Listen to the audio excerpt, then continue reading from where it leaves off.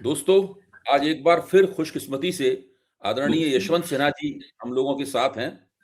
हमें उनसे हमेशा ही मार्गदर्शन की अपेक्षा होती है और वो जो कहते हैं, जो वो बोलते हैं, समीक्षा करते हैं, वो समीक्षा गहन और तलस्पर्शी होती है। विभिन्न विषयों के ऊपर उनकी महारत है और आज हम लोग 2 विषयों के ऊपर उनसे चर्चा करेंगे। एक है राजनीतिक, जैसा कि होता है हर राजनीतिक विषय बहुअर्थी होता है, बहुआयामी होता है। और एक विषय है, इसका सीधा संबंध विदेश नीति से है, लेकिन ये भी एक बहुआयामी विषय है। सिन्हा साहब, आजकल कम से कम पिछले 1 हफ्ते से मैं बार-बार सोचता रहता हूँ कि ये कंप्रोमाइज़्ड पीएम चीज़ क्या होती है? भाई इसका तो ये तो मुझे काफ़ी जिसे अंग्रेज़ी में इंट्रिगिंग शब्द कहते हैं ये दिलचस्प भी है और एक तरह से ये रहस्यमय भी है कि एक प्रधानमंत्री कंप्रोमाइज़्ड कैसे हो सकता है? और भारत के किसी प्रधानमंत्री के ऊपर जो पिछले 11 साल से इस देश का प्रधानमंत्री है, उसके ऊपर विपक्ष ने ये आरोप लगाया है, विपक्ष के नेता विपक्ष राहुल गांधी ने उनके लिए ये फ़िक्रा ईज़ाद किया है और बड़ी तेज़ी के साथ ये फ़िक्रा चर्चित हो रहा है। मैं ये नहीं कहूँगा कि लोकप्रिय हो रहा है, चर्चित हो रहा है। लोग उसके ऊपर गौर कर रहे हैं, इसको तरह-तरह से डिकोड करने की कोशिश कर रहे हैं कि इसके मतलब क्या हैं? क्या नरेंद्र मोदी ने भारत की संप्रभुता को कंप्रोमाइज़ कर दिया है? या भारत की राष्ट्रीय सुरक्षा को कंप्रोमाइज़ कर दिया है? या भारत की अर्थव्यवस्था को कर दिया है? भारत के कृषि क्षेत्र किसानों को कर दिया है? आखिरकार उन्होंने किया क्या है? और इन सब कामों में वो प्रधान पहलू कौन-सा है जिसकी वजह से हम उन्हें कंप्रोमाइज़ भारत के विपक्षी नेता विपक्ष उन्हें कंप्रोमाइज़ कह रहे हैं? जी। देखिए दुबे जी, ऐसा होता है कि जी। वो कॉम्प्रोमाइज्ड लोग उनको बोल रहे हैं इसलिए नहीं कि वो प्रधानमंत्री हैं। हुँ। कोई भी व्यक्ति कॉम्प्रोमाइज हो सकता है, हम आप कॉम्प्रोमाइज हो सकते हैं। मैं किसी को ये पता चल जाए कोई हुँ। रहस्यमय बात, कोई सीक्रेट जिसको हुँ। हमने छुपा के रखा हुआ है, अब वो हुँ। उसको यूज करे समय-समय पर हमको हुँ। ब्लैकमेल करने के लिए, हमको दबाने के हुँ। लिए। आपने अक्सर हुँ। देखा होगा हिंदी फ़िल्म्स में भी होता है कि जी, कॉम्प्रोमाइज जी। अगर है तो हुँ। वो कोई विलेन उसके पास गया, उसने कहा कि इतने पैसे हुँ। दो, तब मैं वो इस बार छोड़ूँगा, नहीं तो मैं खुलासा कर दूँगा जो हुँ। रहस्य मेरे पास है। हुँ। जब प्रधानमंत्री के कॉन्टेक्स्ट में ये बात होती है कि प्रधानमंत्री कॉम्प्रोमाइज़्ड है, तो उसका हुँ। अर्थ एकदम साफ है और वो अर्थ ये हुँ। है कि प्रधानमंत्री जी के बारे में विदेशों में और खास करके अमेरिका में हुँ। जो राष्ट्रपति हैं, बस कोई ऐसा रहस्य है जिसका अगर वो हुँ। खोलें तो प्रधानमंत्री हुँ। को पद छोड़ना पड़ेगा। तो कॉम्प्रोमाइज़ का हुँ। मतलब ये हुआ कि सब्जेक्ट टू ब्लैकमेल। हुँ। ट्रंप जैसे मैं उदाहरण के देता हूँ, ट्रंप ने कहा ना कि मैं हुँ। उनका राजनीतिक करियर खत्म कर सकता हूँ, लेकिन मैं ऐसा करना नहीं चाहता हूँ।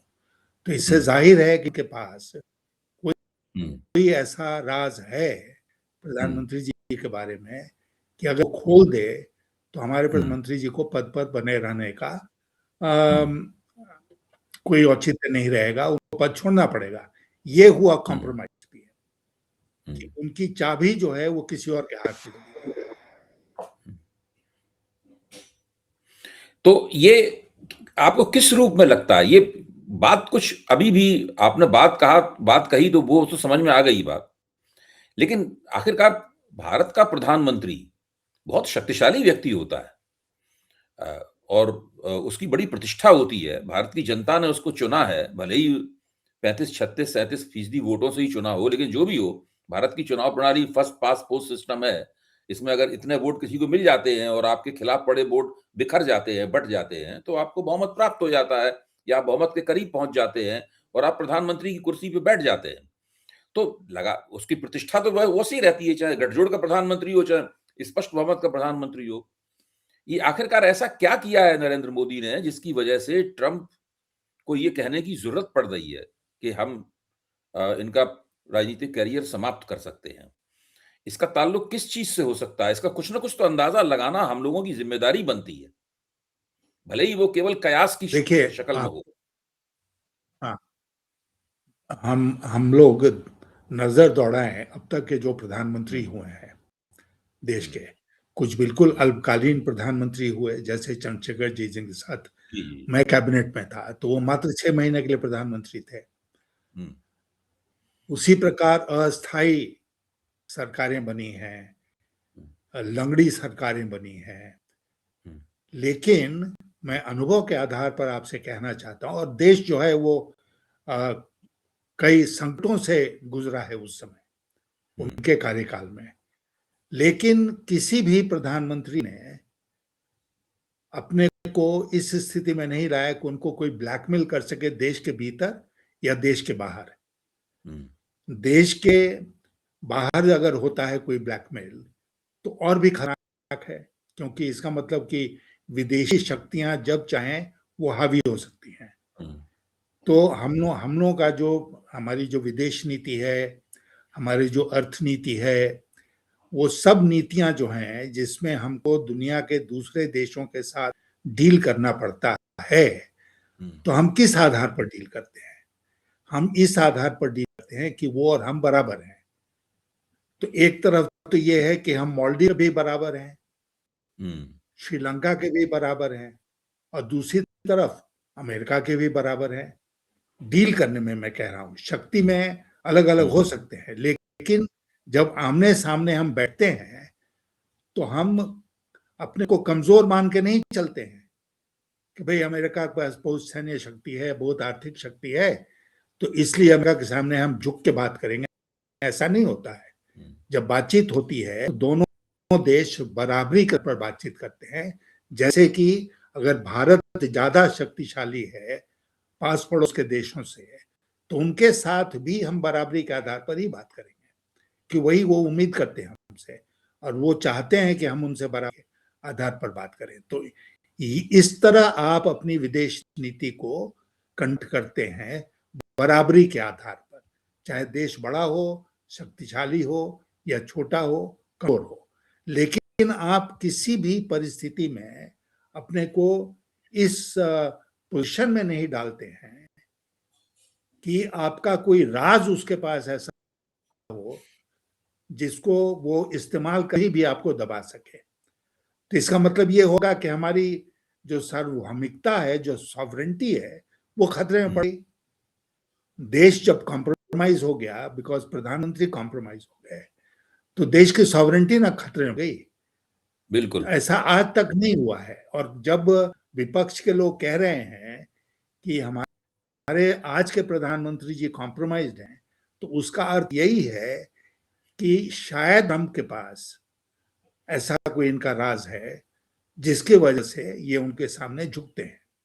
और चाहे वो ट्रेड डील हो, चाहे और कोई भी रिश्ते का पहलू हो, हम उनके सामने झुक के बात करते हैं, कमजोर पोजीशन से बात करते हैं। अच्छा, मुझे एक कयास लगाने की इजाज़त दीजिए आप। हम लोगों के पास कोई बड़ी जासूसी संस्था तो है नहीं जो अंदर जाके पता लगा ले कि भाई क्या रहस्य है। हम लोग तो थोड़ा-सा जो परिस्थितिजन्य सर्कमस्टेंशियल एविडेंस हैं, उनका सहारा लेके ही जो है वो अपना विश्लेषण कर पाते हैं। तो मुझे आप कयास लगाने की इजाज़त दीजिए। मुझे लगता है कि 2 बातें हो सकती हैं ऐसी, जिनके कारण प्रधानमंत्री कंप्रोमाइज़्ड हुए होंगे, अगर हैं तो कंप्रोमाइज़। पहली बात तो ये हो सकती है कि जो ऑपरेशन सिंदूर हुआ था, उसमें लगता है कि ट्रंप के पास ऐसे अकाट्य प्रमाण हैं, जिनसे वो ट्रंप साबित कर सकते हैं कि भारत ने ट्रंप की चिरौरी की कि वो अ, पाकिस्तान से युद्ध रुकवा दें। क्योंकि भारत उसमें शुरुआती दौर में ही अ, फँसा हुआ महसूस कर रहा था उसके अंदर। तो लग रहा था कि ये कुछ ऐसा हो गया है, इसलिए जल्दी-जल्दी हम लोगों को युद्ध से निकलना है, इसलिए पहले कुछ 27-28 मिनटों के युद्ध के बाद ही ये लोग सोचने लगे कि उससे निकलना है। या तो ट्रंप के पास इस चीज़ का कोई ऐसा प्रमाण है, जो बार-बार वो कहते हैं और इधर से जवाब कोई नहीं मिलता है, तो वो ऐसा सबूत दे देंगे, इससे बिल्कुल ही सारा मामला जो है गड़बड़ा जाएगा नरेंद्र मोदी का। एक तो ये बात हो सकती है। दूसरी बात, कहीं न कहीं मुझे इनके जो केंद्रीय मंत्री हैं हरदीप पुरी, उनके साथ जुड़ी हुई लगती है और अनिल अंबानी के साथ जुड़ी हुई लगती है, कि ये लोग जिस तरह एप्स्टीन फाइल में इन लोगों का नाम आया है और फिर वो लोग नरेंद्र मोदी का हवाला देके चर्चाएँ करते हैं। और हरदीप पुरी का मामला तो बहुत रहस्यमय है। भई अनिल अंबानी को छोड़ दिए, वो तो किसी सरकारी पद पे नहीं थे और उस वक़्त हरदीप पुरी भी सरकारी पद पे नहीं थे, लेकिन वो भारतीय जनता पार्टी के सदस्य थे, पूर्व विदेश पूर्व भारत के राजदूत थे यूनाइटेड नेशंस में पहले और अ, उसके और जैसे ही नरेंद्र मोदी ने शपथ ली, वैसे ही वो एप्स्टीन के साथ सक्रिय हो गए और फिर नरेंद्र मोदी ने बड़े उनको अपने केंद्रीय मंत्रिमंडल में भी शामिल कर लिया, जबकि उनकी कोई ऐसी हैसियत नहीं थी, उनकी कोई राजनीतिक पृष्ठभूमि नहीं थी, उन्होंने कोई विदेश सेवा में भी कोई तीर नहीं मारा था और उनको कोई नहीं जानता था, मैं भी नहीं जानता था। मैं मानता हूँ हो सकता है मेरे पास सूचनाओं की कमी हो, लेकिन उनको हरदीप पुरी को कोई नहीं जानता था। उनको मैंने पहली बार तभी जाना जब पता लगा वो तो शपथ ले रहे हैं केंद्रीय मंत्री की। जिस तरह हरदीप पुरी को बचाया जा रहा है, नॉर्वे के पूर्व प्रधानमंत्री गिरफ्तारी की कगार पर हैं, प्रिंस एंड्रयू को गिरफ्तार कर लिया गया है। सारी दुनिया में जाने कितने राजनीतिक विकेट गिरे हैं एप्स्टीन फाइलों की वजह से, लेकिन भारत में हरदीप पुरी को प्रधानमंत्री पूरी ताकत से और पूरी निर्लज्जता से बचा रहे हैं। दूसरा कारण ये हो सकता है, बाकी तो और मुझे कोई खास ऐसा कारण समझ में नहीं आता।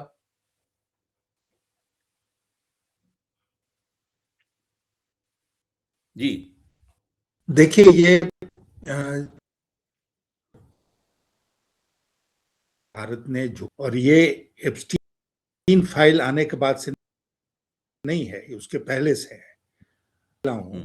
कि जब ट्रंप दोबारा वहां के प्रेसिडेंट बने, राष्ट्रपति बने, तो उनके राष्ट्रपति के पद का शपथ लेने के 20 दिन के भीतर मोदी जी वॉशिंगटन गए। 20 तारीख को उन्होंने शपथ ली। हाँ, उसी के आसपास 10 दिन 20 दिन भी नहीं हुआ था, तब तक ये भागे भागे वॉशिंगटन गए। वॉशिंगटन जब ये गए और भी लोग गए दूसरे देशों से, तो इस तरह इनको रिसीव किया गया, वो चर्चा का विषय बना भारत में कि व्हाइट हाउस के एक स्टाफ मेंबर इनको बाहर रिसीव किया। ट्रंप खुद बाहर चलकर पोर्टिको में नहीं आए इनको रिसीव करने के लिए, जैसा कि दूसरे देशों के राष्ट्राध्यक्षों के साथ या शासनाध्यक्षों के साथ उन्होंने किया। फिर उसके बाद वहां पर जो ट्रीटमेंट हुआ, जिसमें बहुत बेकार संस्था उनके पर कहा, ये सब हुआ और मोदी जी वहां से बिना किसी अचीवमेंट के वापिस आ गए। और उस मुलाकात के बाद से, मतलब हमको उस मुलाकात के बाद से ट्रंप से मोदी जी की मुलाकात नहीं हुई है। मोदी जी ने कोई प्रयास भी नहीं किया है। इसके पहले मोदी जी, आप जानते हैं कि खास करके अमेरिका जाने में उनको बहुत आनंद आता था, लेकिन अब अमेरिका नहीं जा रहे हैं। यहाँ तक कि यूनाइटेड नेशन जनरल असेंबली की जो बैठक न्यूयॉर्क में होती है, उसमें भी नहीं गए। उन्होंने विदेश मंत्री को भेज दिया। तो ये सब क्या दिखाता है? ये दिखाता है कि नंबर एक, मोदी जी अब ट्रंप को अवॉइड कर रहे हैं। वो कोई इस तरह की परिस्थिति में नहीं फंसना चाहते हैं जहां ट्रंप भी उपस्थित हो, क्योंकि पता नहीं ट्रंप इनके मुंह पर कुछ बोले, ये अगर प्रतिवाद उसका नहीं करें, विरोध नहीं करें, तो इनका पोजीशन फर्दर कॉम्प्रोमाइज हो जाएगा। तो ये स्थिति आज है। तो मैं आपसे ये कहना चाहता हूं कि ये स्थिति क्यों बनी। ये स्थिति पहले हम लोग भी सब कयास लगाते थे, किसकी वजह से बनी, उसकी वजह से। मैंने भी कुछ अटकलबाजियां इसमें की कि ये हो सकता है, वो हो सकता है, लेकिन एप्स्टीन फाइल्स की जानकारी मुझे भी नहीं थी। और देश में बहुत कम लोगों को एप्स्टीन जानकारी थी। सरकार में बैठे लोग कि एप्स्टीन की फाइल जब खुलेगी तो ये इंफॉर्मेशन सामने आएंगे। लेकिन मुझे लगता है कि कॉम्प्रोमाइज्ड होने का सबसे बड़ा कारण जो है आज के दिन मोदी जी का, वो है एप्स्टीन फाइल्स में जो डिटेल्स हैं, कुछ खुले हैं, कुछ नहीं खुले हैं। और आपने जैसा कहा कि जो भी कारण रहा हो, उन्होंने हरदीप पुरी जैसे व्यक्ति को कैबिनेट मिनिस्टर बना दिया। हरदीप पुरी को उन्होंने अमृतसर से चुनाव लड़ाया, वो चुनाव हार गए। उसके बाद भी जब लौट रहा है तो उनको 2 मंत्रालय दिया गया हारने के बाद भी। मैं आपको याद दिला दूं कि जब 1998 में अटल जी की सरकार बनी थी, तो दो उनके बहुत खास लोग थे जो चुनाव हार गए थे, जसवंत सिंह जी और प्रमोद महाजन जी। ये दोनों लोकसभा के चुनाव लड़े थे और हार गए थे। तो ये उन्होंने मंत्रिपरिषद में नहीं लिया। उनको लोगों ने कहा कि आप तुरंत इनको मंत्रिपरिषद में लेते हैं तो ये जनादेश का अपमान होगा, इसलिए मत लीजिए। इसलिए इंतजार करते रहे जब तक कि वो राज्यसभा के मार्फत आ गए पार्लियामेंट में। और फिर हरदीपपुरी में जैसा ने खुद कहा कि ऐसी क्या खास बात थी कि चुनाव हारने के बाद उनको दो मंत्रालय दिया गया, शहरी विकास मंत्रालय भी दिया गया और पेट्रोलियम मिनिस्ट्री भी दी गई।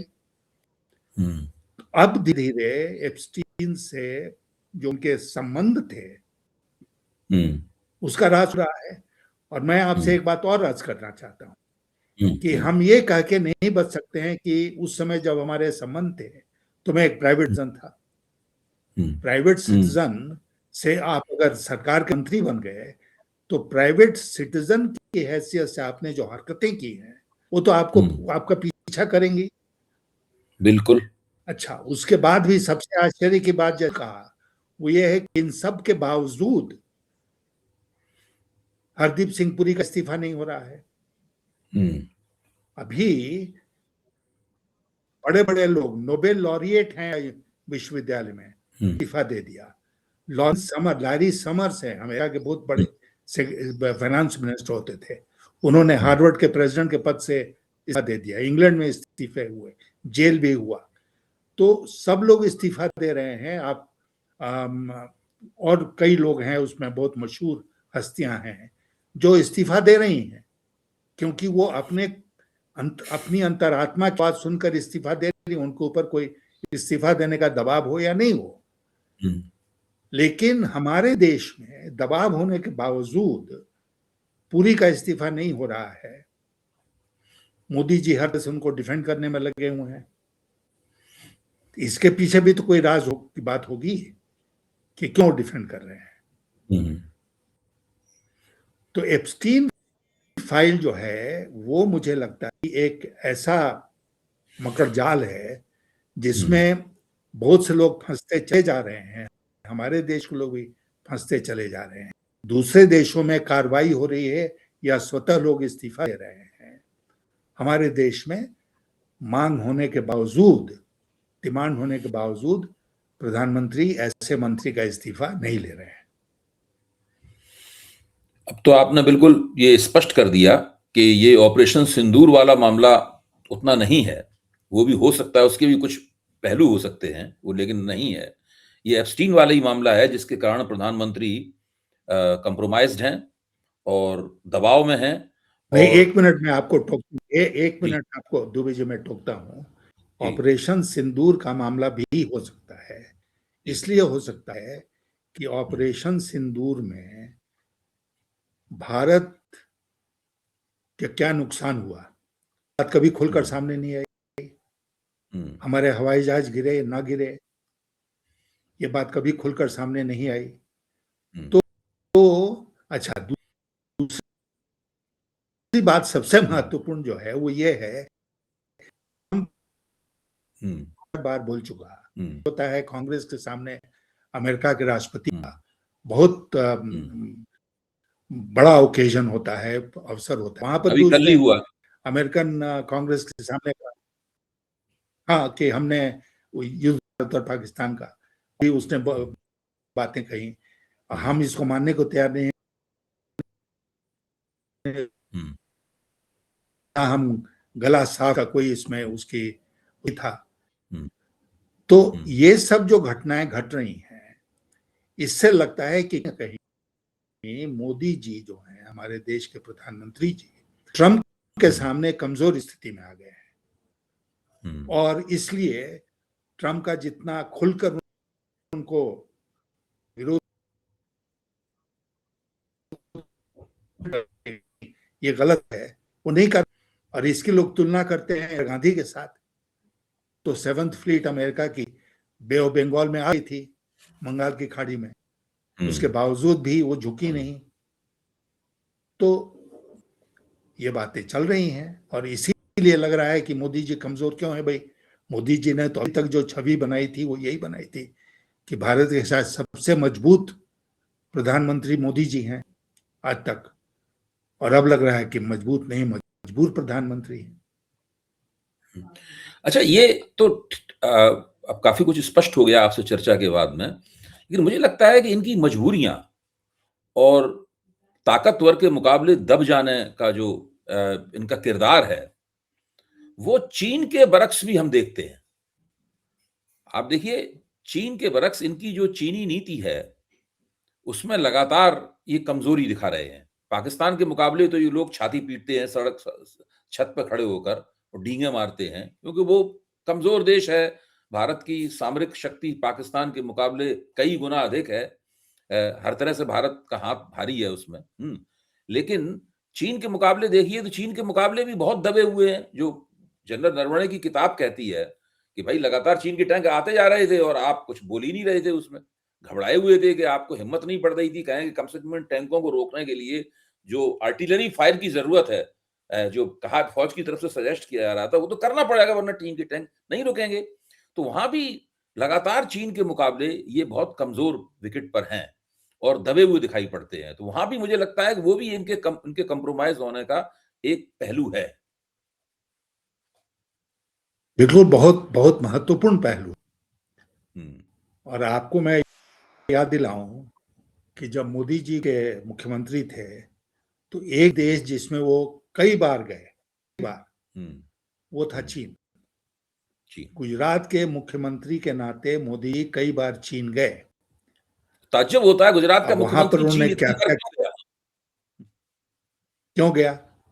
हम्म, तो वो कई बार गए चीन, हम्म, चीन के कई स्थानों पर घूमे। हम्म, कई लोग ये बोलते हैं कि जयशंकर जो उस समय चीन में हमारे राजदूत थे, हम्म, उनको विदेश मंत्री बनाने के पीछे राज यही है कि हम्म, उन्होंने मोदी जी की बहुत उस सेवा की। समय देखभाल की चीन में।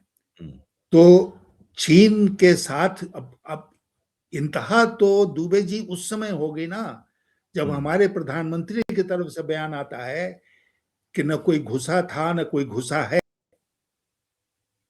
सबसे बड़ा सर्टिफिकेट चीन को तो इन्होंने खुद दे दिया, जब हम हम्म, जानते हैं कि चीन ने हर मौके को दबाया है, हम्म, हर मौके पर गलवान ही नहीं डो।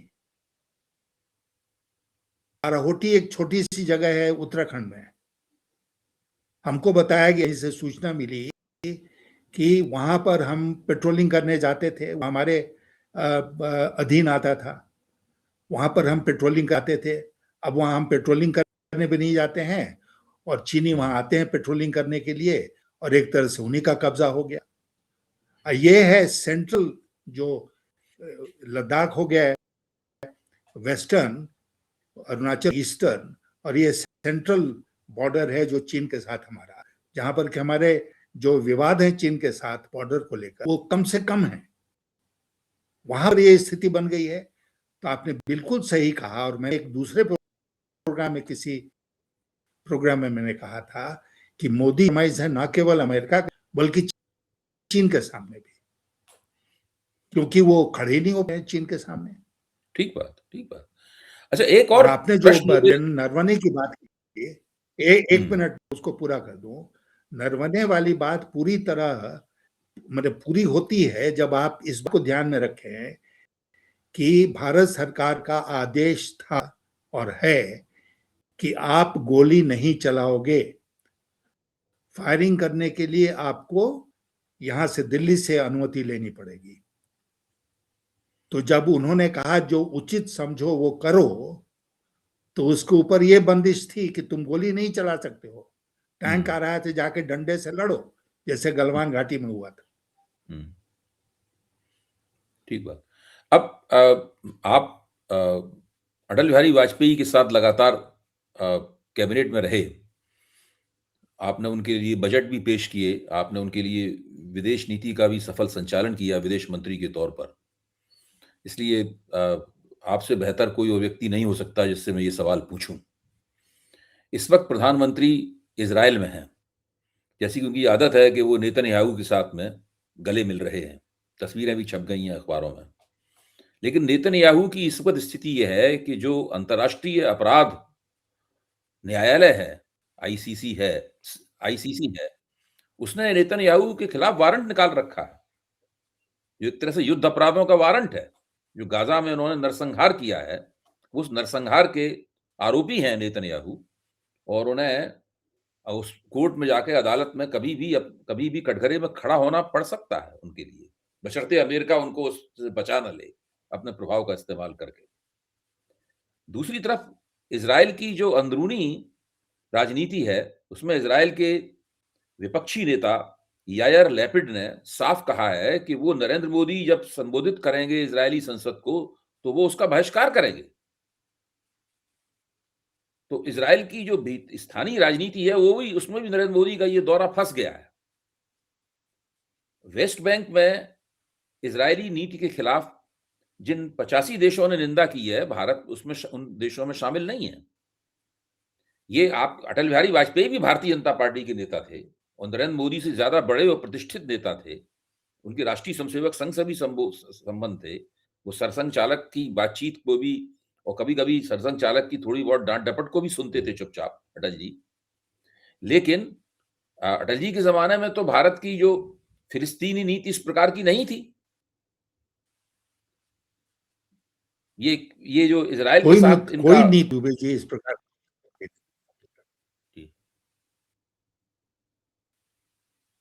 कोई नीति अटल की नीति से मेल नहीं खाती है।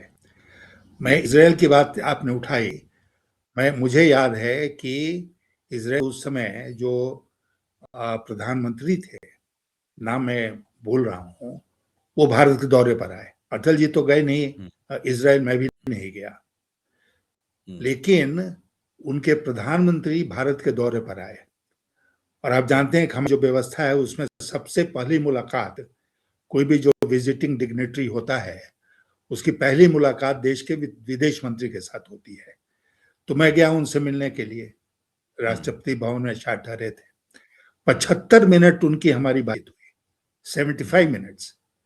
और मैं उनको बराबर यही समझा रहा कि क्यों भारत पैलेस्टाइन का समर्थन करता है और क्यों इसमें जो अंतर्राष्ट्रीय अंडरस्टैंडिंग है कि दो देश बने, दोनों पास पड़ोस में शांति के साथ रहे हैं, वो आवश्यक है और वही इसका परमानेंट सॉल्यूशन है। वो आर्गू करते रहे, मैं भी आर्गू करता रहा। 75 मिनट वो मीटिंग चली हम दोनों की। तो अटल जी की सरकार की आपने जो बात की, अब यहाँ पर मैं उठूंगा तो आपको दिखा सकता हूँ, वो फोटो मेरे पास यहाँ टंगी हुई है जिसमें मैं अमेरिका गया मार्च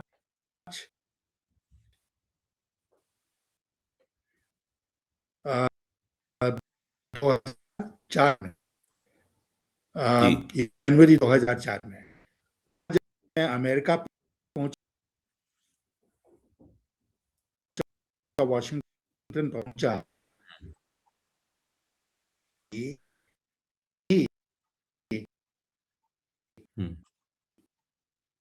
हम तो व्हाइट हाउस को फोटो नहीं खींच सकते थे, उन्होंने खिंचवा के हमको भेजी। हमारे पहले आपके मंत्री भारत का हुआ है जी, तो अमेरिका के राष्ट्रपति से मिला हो, आगे डंका बज रहा है भारत का। सारी दिक्कत जो है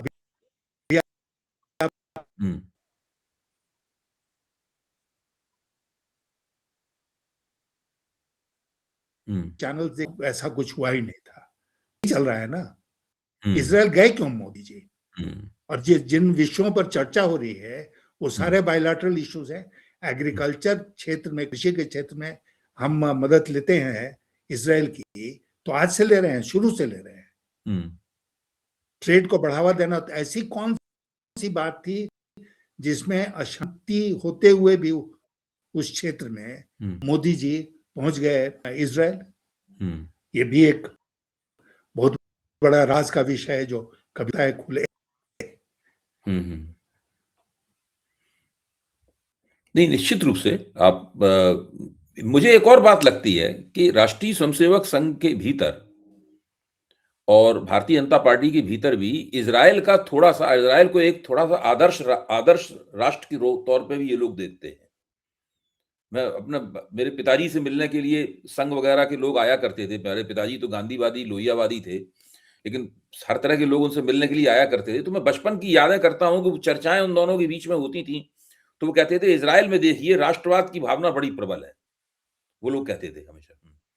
तो इज़राइल को एक आदर्श देश के तौर पे ये मानते हैं कि जहाँ पर तथाकथित लोकतंत्र भी है, साथ में एक खुफिया एजेंसी और फ़ौज का और जो सिक्योरिटी सिंड्रोम है, वो बहुत ज़बरदस्त है। तो वो ऐसा ही भारत को भी बनाना चाहते हैं। भारत को एक विशालकाय इज़राइल में बदल देना चाहते हैं, जो कि संभव नहीं है, लेकिन फिर भी इनकी तरफ से पूरी कोशिश है कि इंडियन स्टेट को, इंडियन डेमोक्रेसी को, इंडियन सोसाइटी को इस तरह से रीस्ट्रक्चर किया जाए, इस तरह उसका फिर से पुनर्संयोजन किया जाए, ताकि वो इज़राइल जैसा बन जाए एक तरह से। एक सिक्योरिटी स्टेट बन जाए पूरी की पूरी तरीके से। नहीं, और एक और कॉमन बात है, हुँ, जो आरएसएस और बहुत सूट करता है, वो है हुँ। कि इज़राइल भी इस्लाम के खिलाफ लड़ रहा है जी, जी, और जी, हम भी बिल्कुल, इस्लाम बिल्कुल। के खिलाफ लड़ रहे हैं। हाँ, आप ही ने वो कुछ ये देर कारण पहले है। कहा ना, हुँ, पाकिस्तान के ऊपर तो हम हुँ, बराबर हावी होने, क्यों चीन के ऊपर नहीं होते हैं, क्यों हुँ, के खिलाफ होते हैं? तो यहाँ हिंदू मुसलमान होता है और हुँ, हिंदू मुसलमान में समाज को हुँ। बांटना और उसका लाभ उठाना चुनाव में, ये पार्टी की नीति रही है। तो बहुत-बहुत धन्यवाद आदरणीय सिन्हा साहब। आज फिर पिछली बार हम लोगों ने जो चर्चा की थी, उसका वीडियो बहुत लोकप्रिय हुआ। उसको करीब 1.5 लाख से ज़्यादा लोगों ने उस वीडियो को देखा। अ, इस और मुझे यकीन है कि इस वीडियो में आपने जो समीक्षा की है और जिस तरह आपने एक तमाम मुद्दों को गहराई के साथ छुआ है, कुछ अंतर्दृष्टियाँ प्रदान की हैं, अपने अनुभव के ज़रिए और अपने ज्ञान के ज़रिए, वो नई परख के दर्शकों के लिए का मार्गदर्शन करेगा कि वो किस तरीके से भारतीय राजनीति को समझें और उन उलझनों का मतलब निकाल पाएँ, जो उलझनें लगातार हमें परेशान करती रहती हैं। बहुत-बहुत धन्यवाद। मैं आपसे अनुरोध करूँगा कि निकट भविष्य में जब भी मौका मिले, आपको आपके कीमती समय में से मैं कुछ पल नई परख के दर्शकों के लिए लेना चाहूँगा। नमस्कार। You're most welcome. प्रणाम।